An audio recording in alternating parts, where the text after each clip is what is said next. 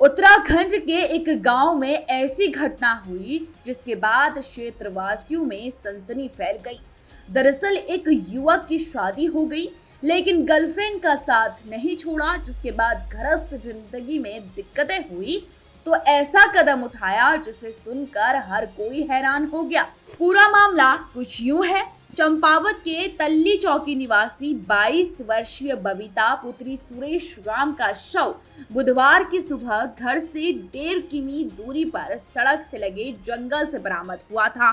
जिसके बाद युवती के पिता ने सल्ला गांव निवासी गौरव पांडे पर हत्या की आशंका जताते हुए कोतवाली में तहरीर दी थी और तहरीर के आधार पर पुलिस ने आरोपित सल्ला गांव निवासी 34 वर्षीय गौरव पांडे पुत्र फणेंद्र पांडे के खिलाफ धाराएं दर्ज कर उसे गिरफ्तार कर लिया गया। और जब पुलिस ने आरोपी से कड़ाई से पूछताछ की तो उसने सब कुछ उगल दिया और हत्यारोपी का कहना है कि मृतका बबीता और उसके बीच 9 माह से प्रेम प्रसंग चल रहा था। बबीता पहले पंजाब में रहती थी और हाल ही में अपने घर आई थी। इसी साल फरवरी माह में गौरव पांडे ने दूसरी लड़की से शादी कर ली, लेकिन शादी हो जाने के बावजूद भी मृतका का गौरव पांडे के घर आना जाना और फोन पर बातचीत करना लगातार जारी रहा, जिसके बाद गौरव पांडे का कहना है कि बबीता उसके गले की फांस बन गई थी और लगातार वो शादी करने की बात भी कहती जा रही थी,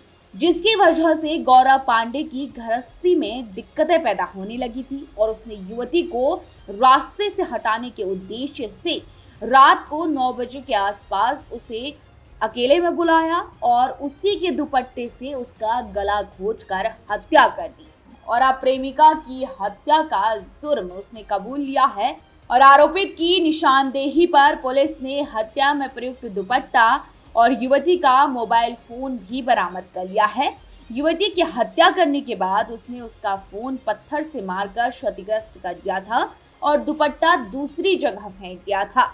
एसपी देवेंद्र पिंचा ने खुद इस घटनाक्रम का पर्दाफाश किया है और त्वरित गति से घटना का पर्दाफाश करने वाली टीम को 5,000 रुपए का इनाम देने की भी घोषणा की गई है। कल जो हमें एक डेड बॉडी मिली थी तो उसके बाद हमने तत्काल उसमें एफआईआर पंजीकृत कर दी थी और एफआईआर के आधार पे उसमें जांच इन्वेस्टिगेशन शुरू कर दी थी।